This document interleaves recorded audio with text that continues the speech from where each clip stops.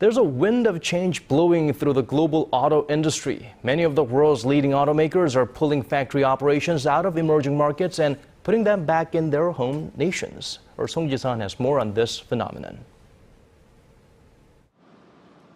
The days of automakers busily building new plants in emerging markets may soon be over, with demand slowing in those nations and the growing need to create more homegrown jobs in their own nations. The Korea Automotive Research Institute says auto demand in the BRIC nations, Brazil, Russia, India, and China, is expected to sag this year, especially when compared to recovery seen in developed markets like the US and Europe. The Russian market is slumping at the fastest rate. It's projected to shrink 29% this year, marking negative growth for the third consecutive year.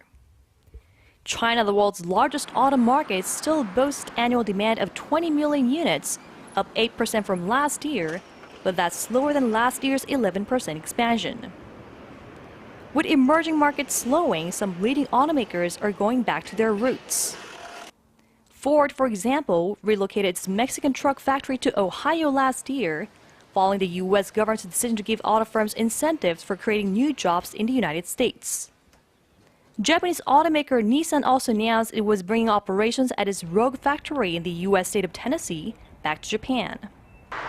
That said, Korean automakers Hyundai Motor and Kia Motors are still expanding their production output overseas. Domestic demand in Korea is limited, and they're looking to catch up with global automakers in terms of annual production units. Song Ji-sun, Arirang News.